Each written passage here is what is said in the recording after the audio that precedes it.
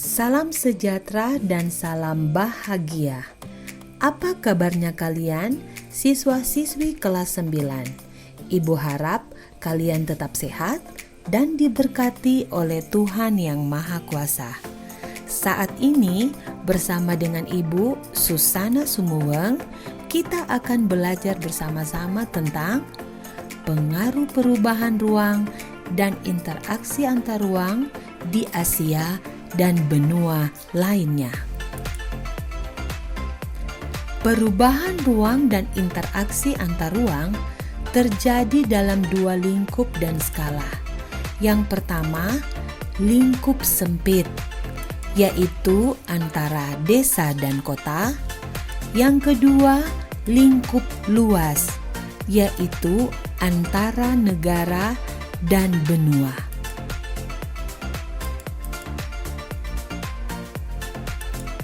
Perubahan ruang dilihat dari perubahan fungsi hutan menjadi pertanian dan pertanian menjadi pemukiman.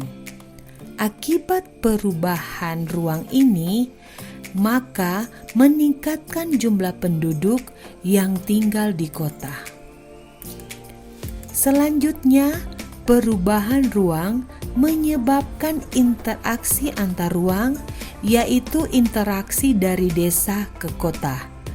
Dan untuk benua Asia, sekitar 50% lahan Asia berubah menjadi wilayah pertanian sehingga mendorong 47% penduduk tinggal di perkotaan. Faktor pendorong penduduk desa pindah ke kota. Yang pertama adalah alasan ekonomi. Yang kedua, faktor lain yang di dalamnya berada konflik, adanya bencana alam, dan terbentuknya gurun dan intrusi. Adapun dampak interaksi antara desa dan kota, yang pertama adalah munculnya beragam mata pencarian. Yang kedua, meningkatnya produktivitas. Yang ketiga, makin baik sarana transportasi. Keempat, budaya kota masuk desa. Yang kelima, berkembangnya media massa. Dan yang terakhir, pendidikan semakin berkembang. Pengaruh interaksi antar negara dan benua dapat dilihat dalam berbagai aspek. Aspek yang pertama yaitu aspek ekonomi, yang kedua aspek sosial, yang ketiga aspek budaya, dan yang keempat adalah aspek politik, terakhir aspek pendidikan.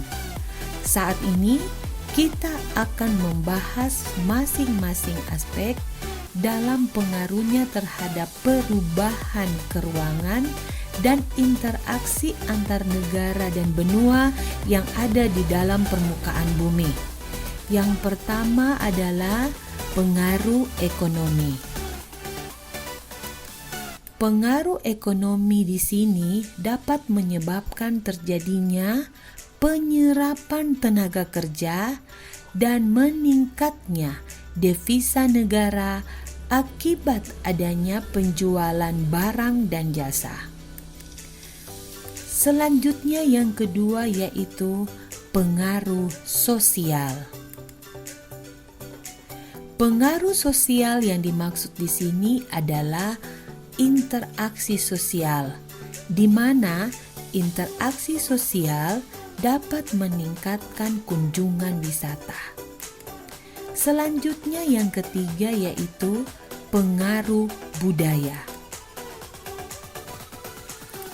Kemajuan media transportasi dan komunikasi dapat mentransfer budaya dari satu negara ke negara yang lainnya. Selanjutnya pengaruh yang keempat yaitu pengaruh politik. Keadaan politik suatu negara di dunia bisa mempengaruhi interaksi. Contohnya, pertikaian antara Israel dan Palestina mempengaruhi kebijakan pemerintah dalam melakukan hubungan politik dengan Israel maupun dengan negara Palestina. Dan yang terakhir, kita akan membahas tentang pengaruh pendidikan. Interaksi negara maju dan negara berkembang dalam pendidikan, salah satunya adalah program pertukaran pelajar. Tujuannya adalah untuk meningkatkan kualitas sumber daya manusia di negara-negara berkembang. Nah, siswa-siswi sekalian, demikianlah pembahasan kita saat ini tentang pengaruh perubahan antar ruang dan interaksi antar ruang di Asia dan benua lainnya. Ibu harap kalian menyimak semua materi yang sudah diberikan. Saat ini, Ibu ucapkan terima kasih untuk perhatian kalian. Salam bahagia dan merdeka belajar untuk kalian semua.